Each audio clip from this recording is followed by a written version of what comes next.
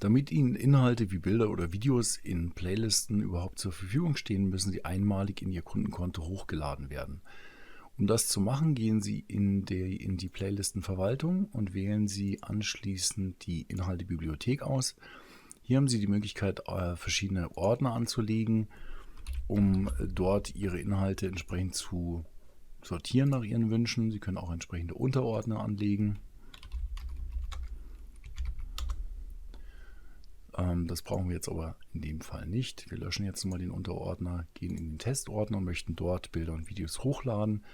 Wir klicken auf das Symbol Hochladen und wählen jetzt ein Bild aus. Warten, bis der Status auf Fertig steht, beenden mit Fertig, und jetzt haben wir dieses Bild in die Inhaltebibliothek hinzugefügt.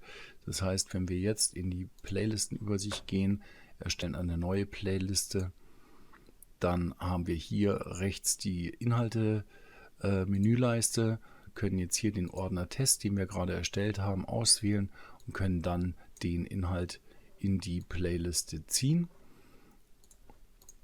Und so funktioniert das Hochladen in die Inhaltebibliothek. Wir gehen nochmal zurück in die Inhaltebibliothek zu dem Bild, das wir gerade hochgeladen haben. Wenn wir mit dem Mauszeiger über dem Bild sind, bekommen wir eine Vorschau. Hier oben können wir unter Bearbeiten den Namen ändern. Achten Sie aber hier darauf, dass Sie die Dateiendung nicht ändern. Metawörter, hier könnte man nochmal Metawörter hinzufügen. Das ist aber nochmal ein eigenes Kapitel. Speichern das Ganze. Jetzt heißt das Bild Test.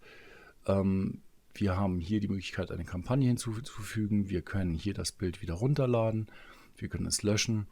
Und wir können uns hier noch eine größere Vorschau des Bildes anzeigen lassen. Das war es auch schon zur Inhaltebibliothek.